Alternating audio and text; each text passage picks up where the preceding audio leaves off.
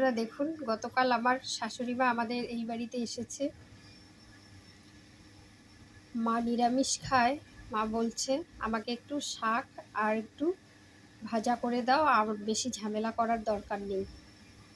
আমার ছেলে বাজারে গিয়ে পনির নিয়ে এলো, তাই ভাবলাম যে একটু সব কিছু দিয়ে তরকারি করে দিই। এই যে ডাঁটা, আলু, মটরশুঁটি সব কিছু দিয়ে একটু ঝোলঝোল করে তরকারি করেছি। মা বলছে দারুণ হয়েছে খেতে।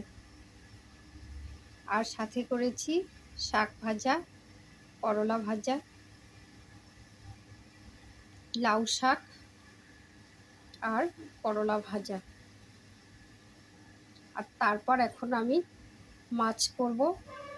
এই নিরামিষ রান্না হয়ে গেল, এখন আমি বাইরে উনুনে মাছ রান্না করব।